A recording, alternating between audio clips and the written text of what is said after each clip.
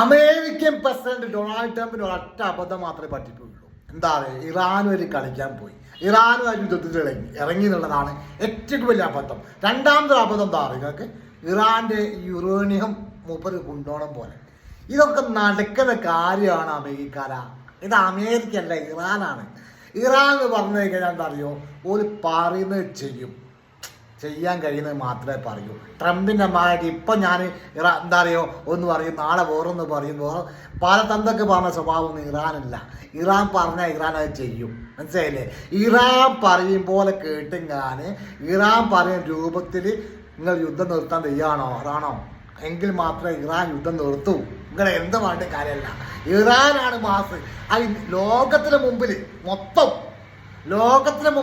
ഇറാനാണ് മാസം. അമേരിക്ക ഒന്നുമല്ല, ഇറാൻ ജയിച്ചു. Thank you very much.